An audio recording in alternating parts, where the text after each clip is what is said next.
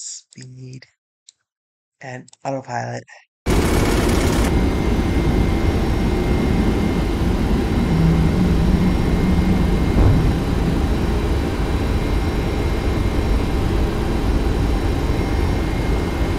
Caution, terrain, caution, terrain, caution, terrain, caution, terrain, caution, terrain, caution, terrain, caution, terrain, caution, terrain, shut up! Caution, terrain, caution, terrain, caution, terrain.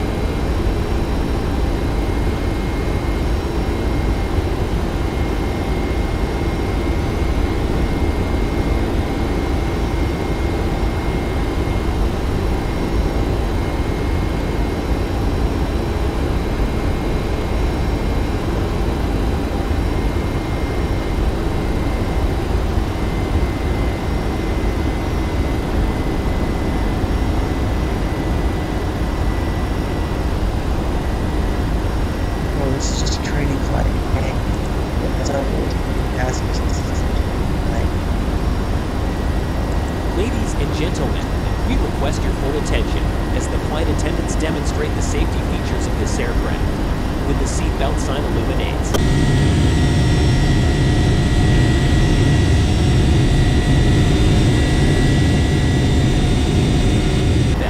Lift the upper portion of the buckle.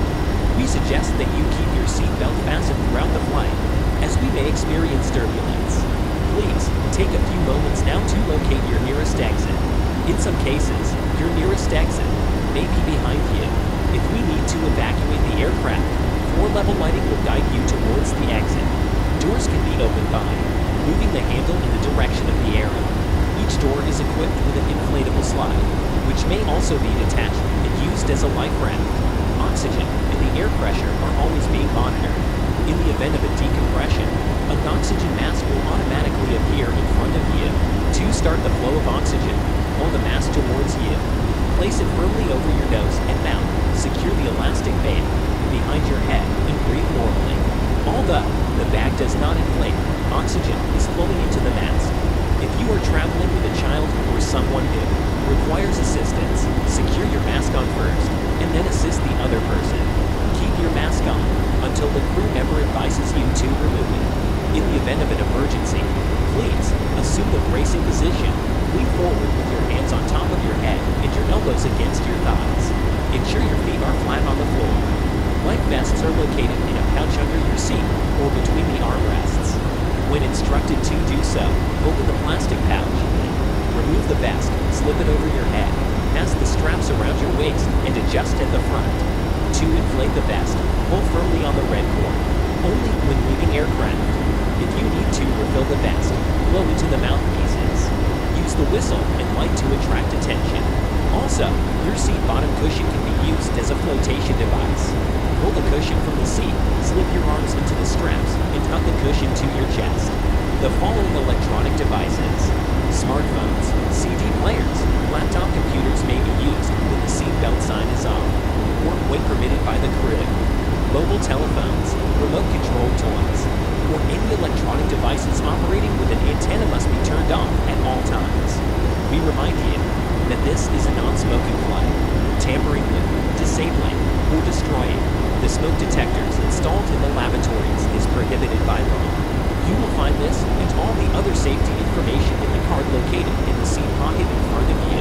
We strongly suggest you read it before takeoff. If you have any questions, please don't hesitate to ask one of our crew members. We wish you all an enjoyable flight. Thank you. Ladies and gentlemen, our aircraft continues to climb.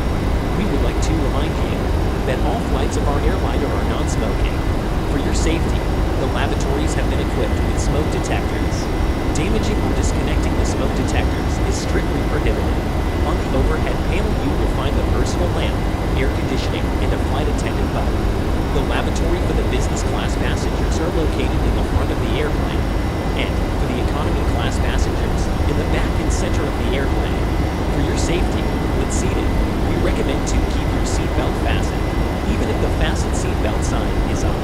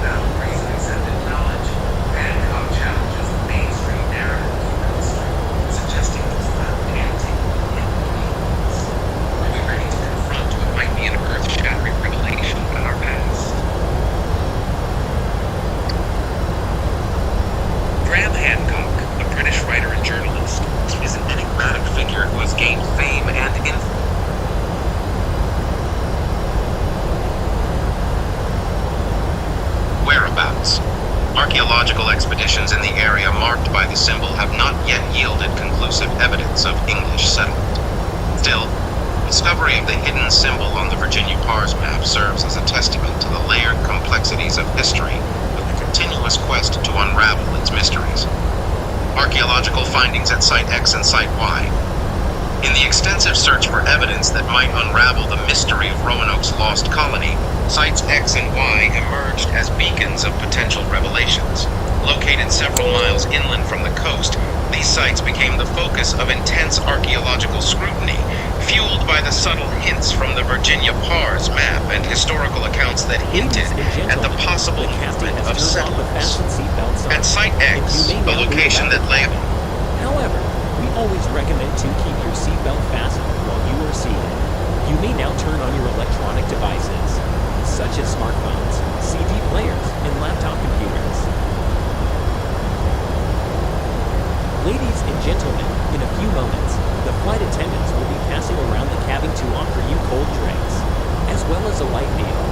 Please make sure your seats are in an upright position and prepare your folding trays.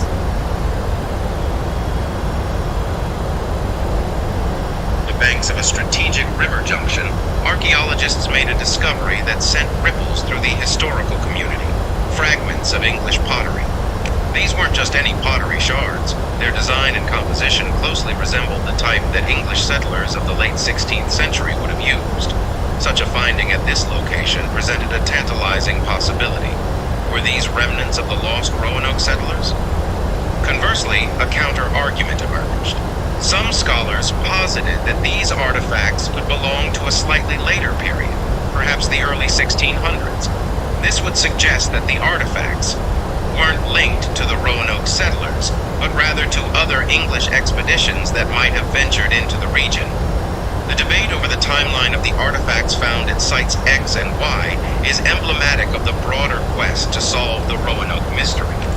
Each piece of evidence, each clue, only seems to add another layer of complexity. However, the archaeological findings at these sites, regardless of the exact timeline, have undeniably added depth to our understanding of early English endeavors in the New World, whether directly related to the lost colony or not. Contesting views on Bertie County artifacts.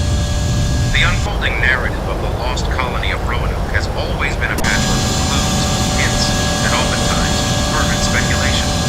The discovery of artifacts in Bertie County was no exception, as the word spread about pottery fragments and other artifacts that potentially held a link to the Roanoke settlers. The academic and historical community was abuzz with excitement. However, this excitement was quickly tempered by skepticism and alternate theories, creating a whirlwind of contesting views.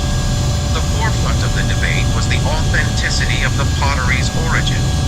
While some saw the design and composition of the pottery as a direct link to the English settlers of the late 16th century, others raised an eyebrow. Pointed out that the pottery could have come from later expeditions, or even trade with other European explorers. The absence of definitive markings or identifiers on the pottery further muddied the waters, with each camp presenting plausible arguments backed by their own sets of evidence and interpretations. The Bertie County artifact's origins remained shrouded in ambiguity. The contesting views surrounding the Bertie County artifacts serve as a reminder of the intricacies and challenges of piecing together historical puzzles. In the case of Roanoke, every discovery, be it in Bertie County or elsewhere, has been both a beacon of hope and a source of further questions. And as scholars, historians, and enthusiasts debate, dissect, and interpret these findings, contribute to the rich tapestry of a story that has captivated imaginations for centuries. I don't know how every family in America hasn't heard of this yet. Did you see about that new premium tax credit the government just passed? They are literally giving me $1,160 in health credits every month just because I am not over 65, and I don't make more than $50K a year. I am only 35 and make just $44K a year. So I called and they...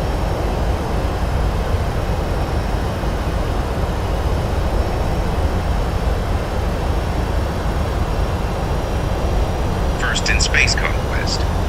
However, following a seemingly successful landing, there came an unanticipated silence, a mystery that would remain unsolved for decades. This video delves into the captivating tale of the Soviet Mars landing, shedding light on the technological triumphs, the unforeseen challenges, and the persistent questions that still hover around this audacious mission. The mid-20th century bore witness to one of the most intense periods of geopolitical competition, the Cold War. Underlying the political and military tensions between the USA and the USSR was a battle of technological supremacy, manifesting most prominently in the race to explore space. This space race symbolized not just scientific advancement, but national pride, ideological dominance, and the projection of military might. While both superpowers had their sights set on conquering the final frontier, the starting lines were different. In 1957, the Soviets took an early lead with the launch of Sputnik 1, the world's first artificial satellite. This unexpected Soviet achievement caught the American public and its policymakers off guard, pushing the U.S. into immediate action. The response was swift: the formation of the National Aeronautics and Space Administration, NASA, in 1958, an accelerated focus on space exploration. However, Soviet achievements continued to pour in.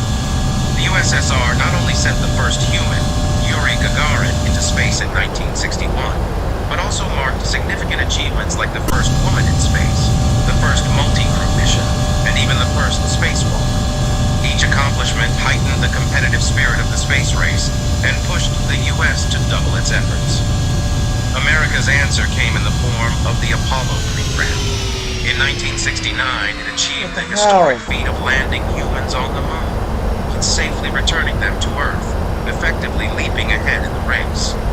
Yet it wasn't just about the moon. Both nations also eyed other celestial bodies.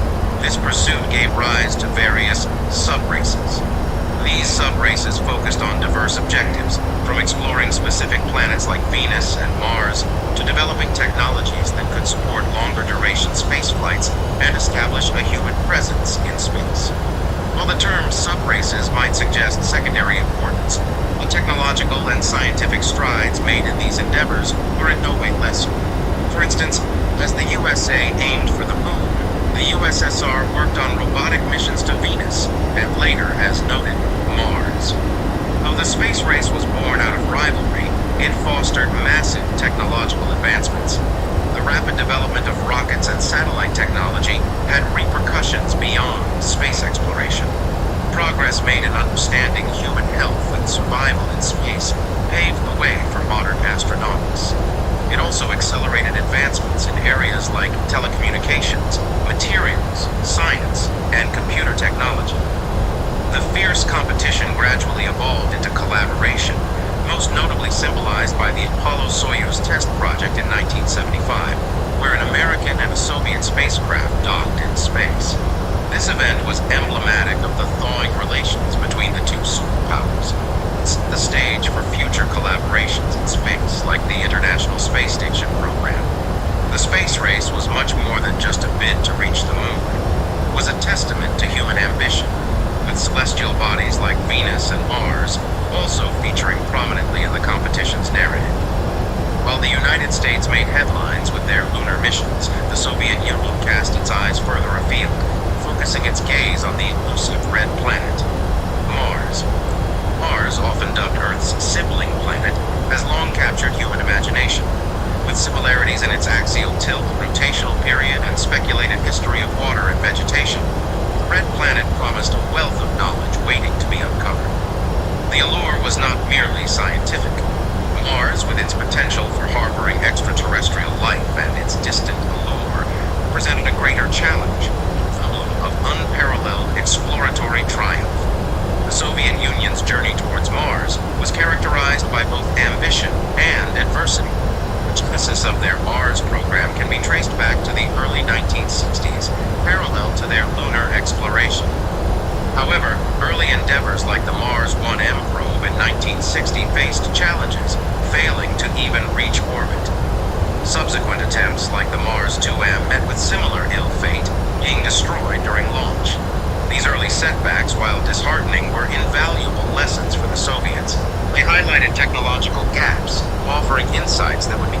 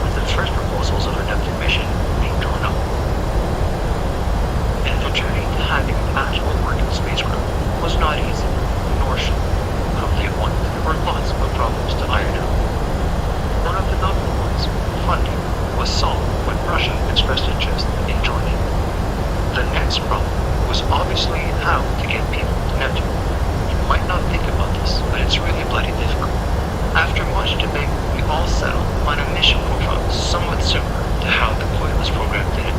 That is, a mothership with a transfer element to ferry the crew between it and the destination. A quick difference, however, was in the relative size of the different elements, because of the different inclinations of light and brilliance.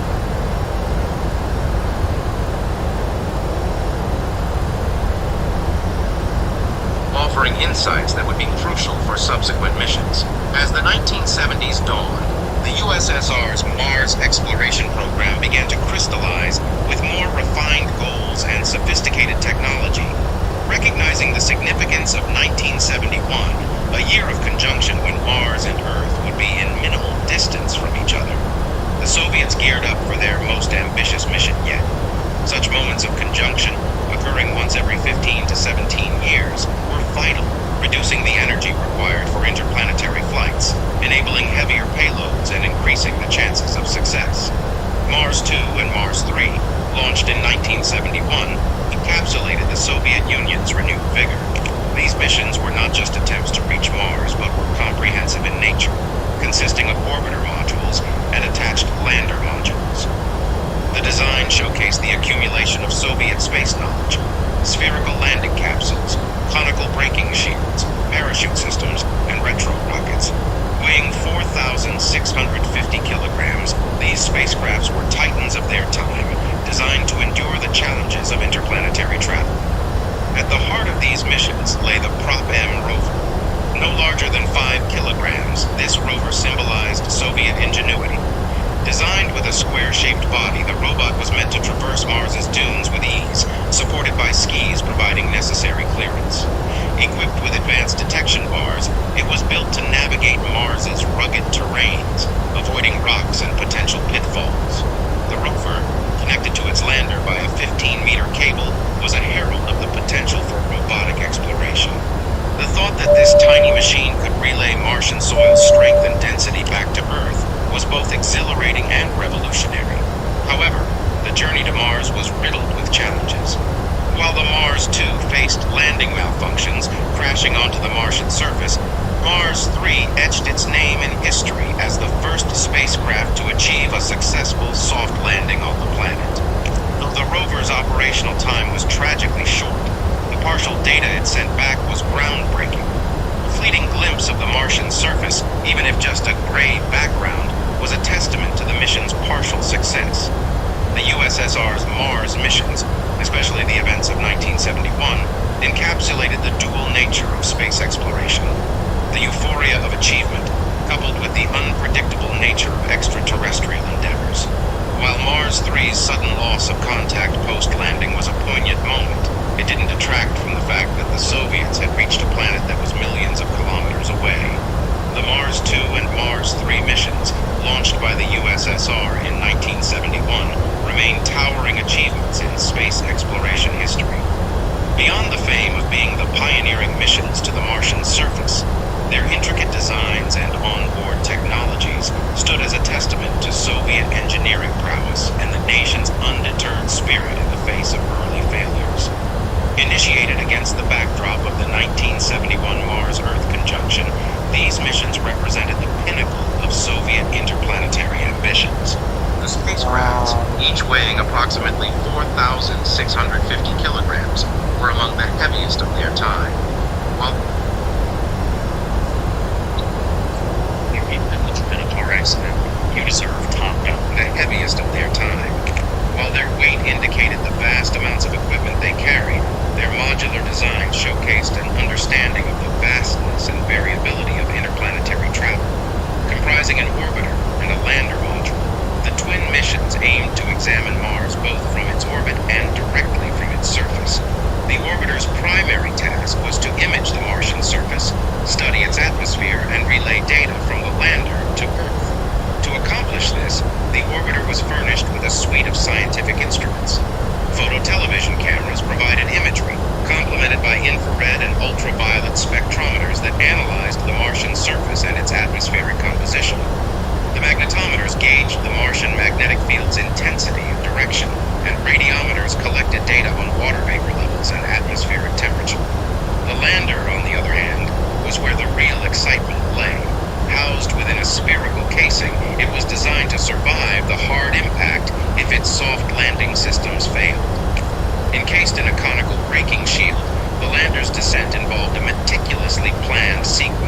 aerodynamic braking by the Martian atmosphere, parachute deployment for initial deceleration, and finally, a set of retro rockets to ensure a gentle touchdown.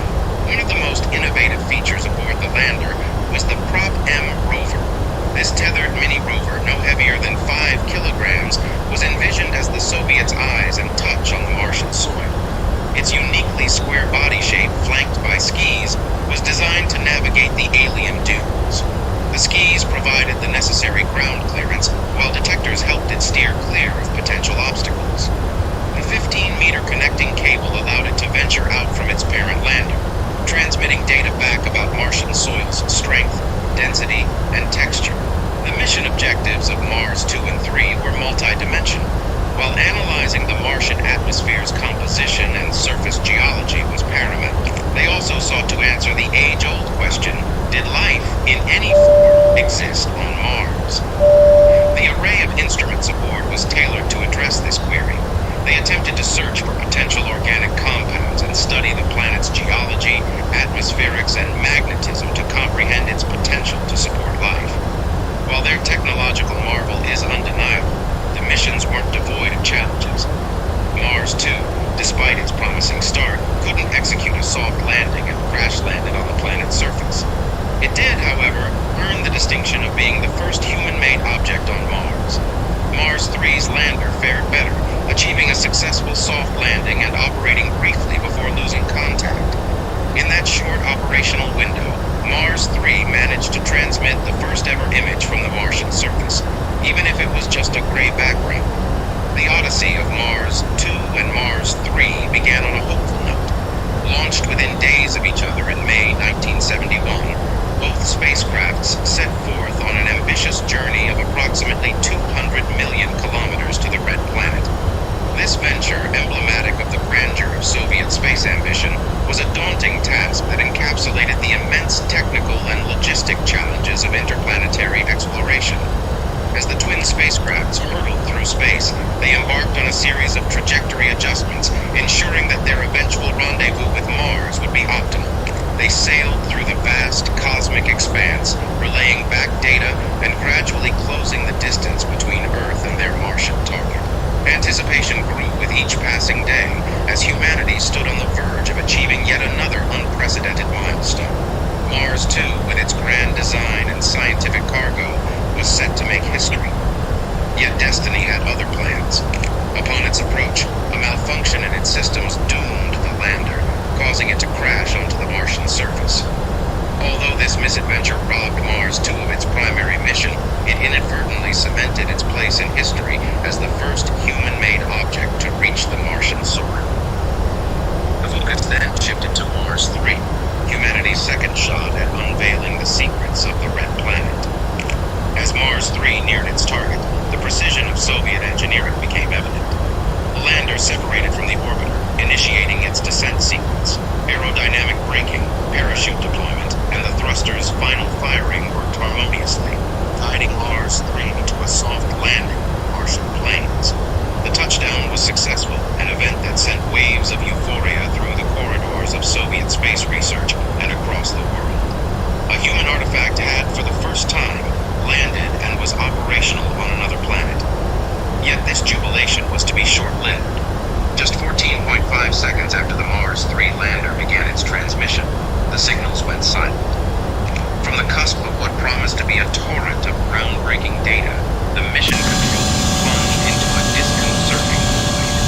The first ever image transmitted back from Mars was merely a gray background, hinting at the alien world, but revealing nothing concrete. The inexplicable loss of Mars 3 remains one of space exploration's most confounding enigmas. Theories proliferated.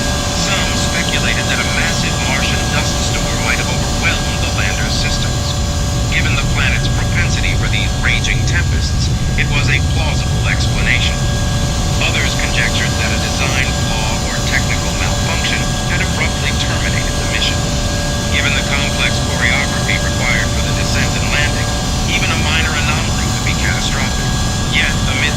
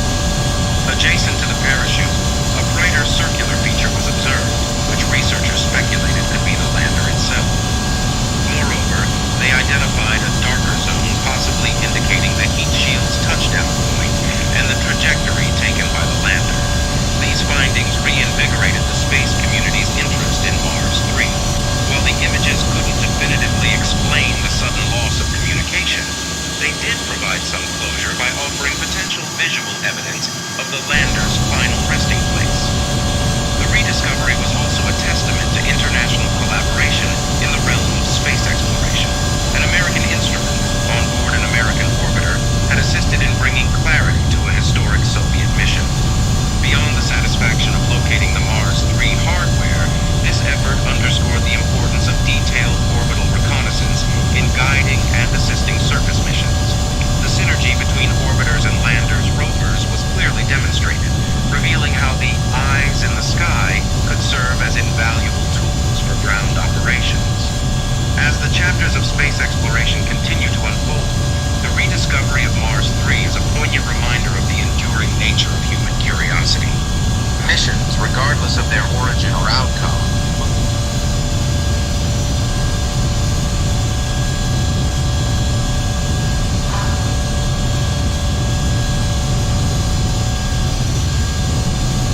enigmatic figure who has gained fame and infamy in equal measure for his unconventional theories about the lost civilizations of the past. Born on August 2nd, 1950 in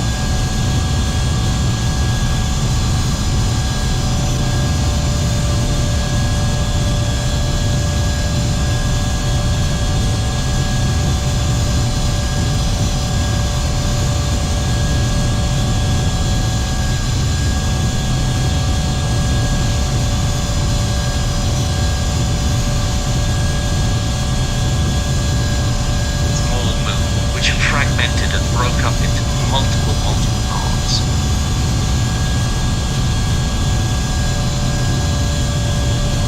Granted, because it is always there. However, they will be shocked to hear this earth-shattering revelation by Graham Hancock, that this wonderful satellite is not exactly what we are being told. What has this brilliant researcher discovered about the moon, and why is it so important? Get ready to have your view of the moon seriously challenged by Graham Hancock in this video. The Earth has a single satellite known as the Moon. While it has been featured in many poems, stories, and religions, the origin of the Moon remains one big mystery. However, fresh evidence presented on Graham Hancock's forum, where people who are like-minded with him, shows that the Moon got into its position at a time when humans already populated the Earth. The most popular theories on how the Moon came about all have one thing in common. What? The timing occurred billions of years ago. Consider the fission theory, for example. The fission theory was from the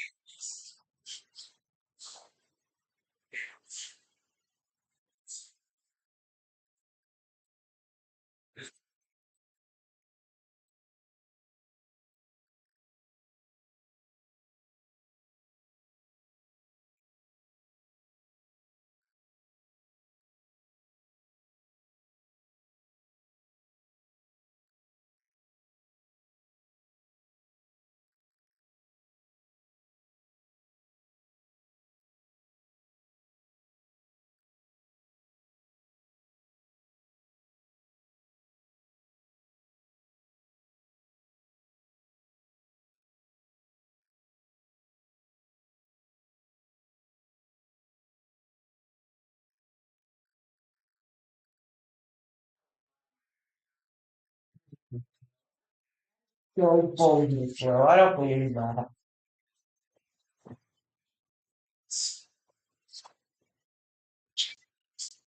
statistically low. Furthermore, the isotopic similarity may be unlikely originated in the particles. There is also the double planet hypothesis. This theory suggests a simultaneous formation of the Earth and Moon as a binary system with the primordial accretion disk of the Sun. However, the Moon's smaller iron core and its different density and composition compared to Earth indicate they didn't form from identical Yes. currently. However, the most popular is the giant impact hypothesis, or Theia impact. The giant impact hypothesis is the leading theory for the Moon's formation and has garnered significant attention and research. It proposes that a Mars history made 50 years ago this week, but here in this room, this is Apollo 11 mission control in Houston, where they watched, where they guided those astronauts who would land on the Moon. Many people know the names of the first 2 astronauts to walk on the moon. However, there was another astronaut working hard in the background to ensure the mission was a success. And before his death, the 3rd astronaut revealed declassified images from the moon that changes everything we thought we knew about the moon. In this video, we bring you all the details of the revelation by these phenomenal Apollo astronauts. Wow. Following quotes are some of the most profound ever made in the history of the universe. I am alone now, truly alone, absolutely isolated from any known life. I am it. If a count were taken, the score would be 3 billion plus 2 over on the other side of the moon.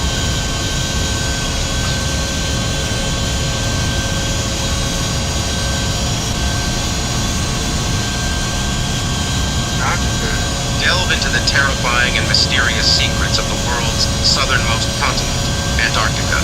As one of Earth's last frontiers, it continues to baffle and astonish us with a range of unexpected and sometimes alarming discoveries. Number 1. The ancient fossilized rainforest. In the heart of the icy, desolate landscapes of Antarctica lie the paradoxical site. There, in the midst of the frozen terrain, researchers unearthed the remains of an ancient, temperate rainforest as old as 90 million years. Wow. This discovery, a stark contrast to the present Antarctic environment, was a revelation, a vestige of a world long lost. This fossilized forest was Seriously? It's insane,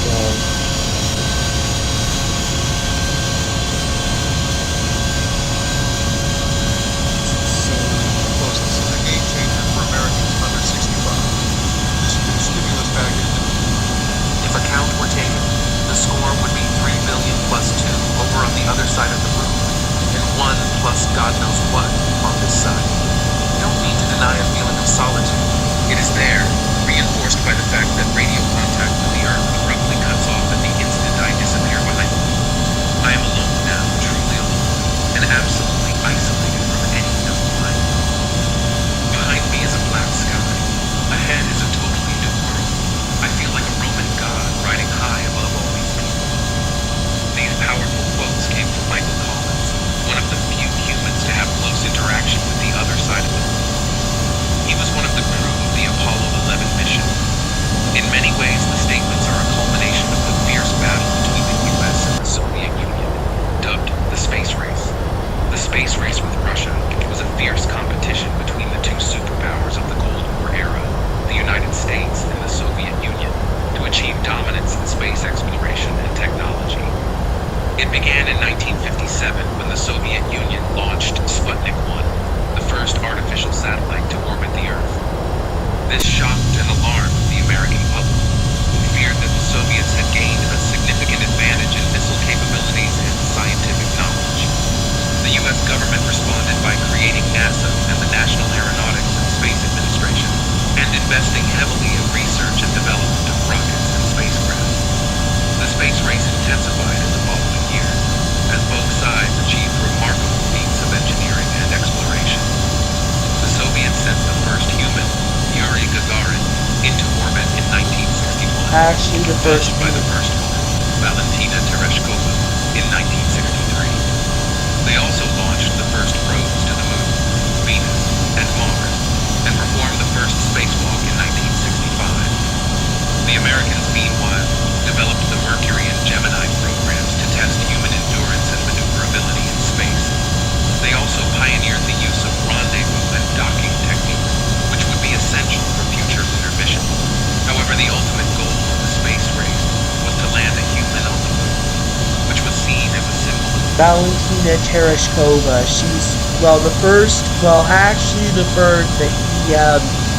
the title of the first man to survive human space flight belongs to Yuri Gagarin.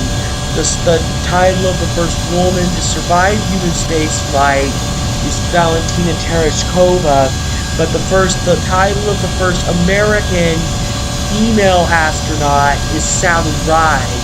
And Sally Ride Sally Ride participated in the space shuttle program. scientific achievement and national prestige. John F. Kennedy announced this ambitious objective in 1961, challenging the nation to landing a man on the moon and returning him safely to the Earth before the end of the decade. To accomplish this, NASA initiated the Apollo program, which involved designing and building a new generation of spacecraft and launch vehicles capable of carrying 3 astronauts to lunar orbit and landing 2 of them on the surface. The Apollo program faced many challenges and setbacks, including a tragic fire that killed 3 astronauts during a test in 1967. However, it also made significant progress and breakthroughs, such as testing the lunar module in Earth orbit and sending a crew around the moon in 1968. The Apollo 11 mission was the culmination of years of hard work and dedication by thousands of engineers, scientists, technicians, and astronauts. It was launched on July 16, 1969, from Kennedy Space Center in Florida, using a Saturn V rocket, the most powerful rocket ever built. The crew consisted of Commander Neil Armstrong, Lunar Module pilot Buzz Aldrin, and Command Module pilot Michael Collins. After reaching lunar orbit on July 19, Armstrong and Aldrin separated from Collins in the lunar module Eagle and began their descent to the surface. They faced several difficulties during their landing, such as finding a suitable site amid boulders and craters, running low on fuel, and dealing with computer alarms. However, they managed to touch down safely on July 20th at a location they named Tranquility Base. Armstrong became the first human to step onto the moon's surface. He uttered the famous words, "That's one small step for a man, one giant leap for mankind." Aldrin joined him 19 minutes later, and they spent about 2 hours outside their spacecraft, collecting rocks, planting a U.S. flag, talking to President Richard Nixon via a telephone link, and performing scientific experiments. They also received a plaque that read, "Here men from the planet Earth first set foot upon the moon, July 1969 AD. We came in peace for all mankind." They then returned to Eagle and lifted off to rejoin Collins in Columbia, which had been orbiting the moon for more than 21 hours. 3 astronauts then began their journey back to Earth, splashing down in the Pacific Ocean on July 24th at 1650. They were recovered by USS Hornet, an aircraft carrier that had been waiting for them with a large crowd of sailors and media representatives. The Apollo 11 mission was a historic achievement that marked the end of the space race with Russia and demonstrated the power of human ingenuity and cooperation. It inspired millions of people around the world with awe and wonder and opened new possibilities for exploration and discovery beyond our planet. It also fulfilled Kennedy's vision of reaching the moon before 1970, as well as honoring those who had sacrificed their lives for the cause of space exploration. As Armstrong later said, "I think we all like to be recognized not for one piece of fireworks, but for the ledger of our daily work." Landing on the moon was not merely a step for man, but a giant leap filled with monumental challenges and intricate complexities. As NASA's best minds rallied together to turn this dream into a reality, numerous technical, navigational, and environmental obstacles stood in their way. Often unsung, yet vitally important, Michael Collins' role in the Apollo 11 mission was instrumental in addressing these challenges. Deep space is notoriously challenging to navigate. Pinpointing the precise trajectory to land a spacecraft on the moon's surface, given its distance of roughly 238,855 miles from Earth, required sophisticated technology and immense skill. Collins, as the Apollo 11's command module pilot, played a pivotal role here. His deep understanding of spacecraft systems, coupled with his astute piloting skills, kept the mission on course, ensuring the astronauts' safe passage to and from the moon. The moon's gravitational field is inconsistent, marked by mascons, or mass concentrations, that can alter a spacecraft's course. These gravitational anomalies demanded real-time trajectory adjustments. In the solitary confines of the command module, Collins was tasked with making these adjustments, safeguarding Neil Armstrong and Buzz Aldrin's descent to the lunar surface and their subsequent return. And there was the descent itself. Descending onto the moon's surface was fraught with hazards. The lunar landscape, with its uncharted terrains, boulders, and potential for equipment malfunctions, posed significant risks. While Armstrong and Aldrin navigated the lunar module, Collins's contributions from the command module were just as vital. He kept the home fires burning, ensuring a seamless link with Earth and readying the systems for the lunar module's eventual return. In the inhospitable void of space, sustaining life becomes a formidable challenge. NASA had to engineer advanced life support systems to guarantee air, water, and food supplies for the astronauts. While Aldrin and Armstrong were roaming on the lunar surface, Collins diligently monitored and maintained these systems in the command module, ensuring the environment remained safe and stable for the crew's survival. Consistent communication with mission control, despite the vast distance and the challenges posed by the moon's far side, was vital. There were periods during which Apollo 11, especially as it orbited the dark side of the moon, lost communication with Earth. It was during these moments of silence that Collins's resilience truly shone. He managed the module's systems, ensuring they remained operational for the return journey, even in the face of this isolation. Post the historic moonwalk, the lunar module's ascent and its subsequent docking with the command module was one of the mission's most intricate maneuvers. The precise alignment and connection of these two spacecraft modules were of paramount importance. Here, Collins' expertise was put to the test. His intricate knowledge of the spacecraft, along with his exceptional piloting abilities, ensured that the rendezvous and docking process went off without a hitch. With the lunar mission accomplished, the final hurdle was safely re-entering Earth's atmosphere. This procedure was highly sensitive. A steep angle could cause the command module to burn up, while a shallow one might send it bouncing off into space. Collins' role was once more critical. Ensuring the correct angle of re-entry and guiding the spacecraft through Earth's atmosphere was a task that demanded precision, something Collins managed flawlessly. Throughout the Apollo 11 mission, while the limelight often focused on the moonwalkers, Collins' role in the background was just as crucial. His meticulous work, unyielding dedication, and profound expertise ensured not only the mission's success, but also the safety of its fellow astronauts. The lunar landing becomes even more impressive when you consider the technology available to NASA and astronauts like Collins, especially when you compare it with what we have today. In the 1960s, the Apollo Guidance Computer, or AGC, was the pinnacle of digital achievement.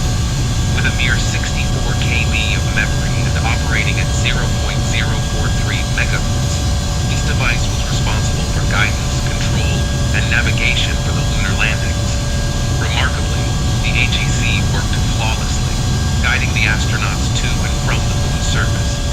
Compare that to today's smartphones, which operate with multi-core processors, clocking speeds in the GHz range and boasting RAM in the multiple GBs. This leap in computational power is staggering.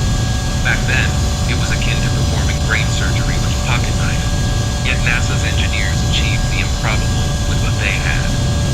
Also, the Apollo missions utilized the unified S-band system for communication, with data transfer rates of mere kilobits per second. Contrast this with current 5G technology, which can transfer data at gigabit speeds, allowing for real-time, ultra-high-definition video streaming. Back in the Apollo days, even the smallest data dropout could have been disastrous. The technology available was rudimentary, but worked efficiently to bridge the vast expanse of space between Earth and the Moon. Also, consider that the Apollo spacecraft were constructed using materials that were considered advanced for the time. Aluminum alloys, stainless steel, and nickel-based superalloys made up the body. Today, with the development of materials like carbon fiber composites, aerogels, and advanced ceramics, the spacecraft can be lighter, more thermally efficient, and more resistant to space radiation. The Apollo missions, without the luxury of such materials, still managed to safely transport astronauts across the challenging environment of space.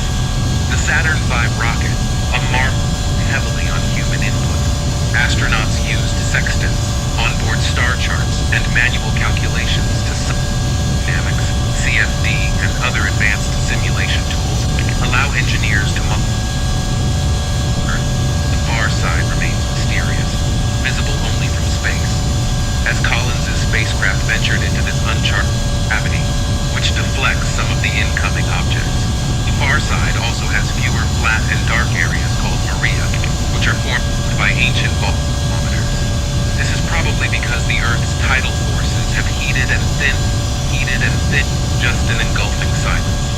He once described it as a sensation of being aware of solitude. Collins was well aware of the significance of his role. While he was on the moon's far side, if anything went wrong, he would be the sole problem solver. Every system check, every reading, and every procedure had to be conducted meticulously. The success of the rendezvous with the lunar module on its return depended significantly on his actions. Imagine the gravity of this situation. If the rendezvous failed, blocked Collins from earthly communications, it unveiled the universe's splendor. Away from the Earth's bright glow, the stars appeared innumerable and brilliant. Collins also turned to introspection. He contemplated humanity's place in the universe and will conduct scientific experiments to study the lunar environment and seismic activity. The alpha particle X-ray spectrometer, APXS, and the laser-induced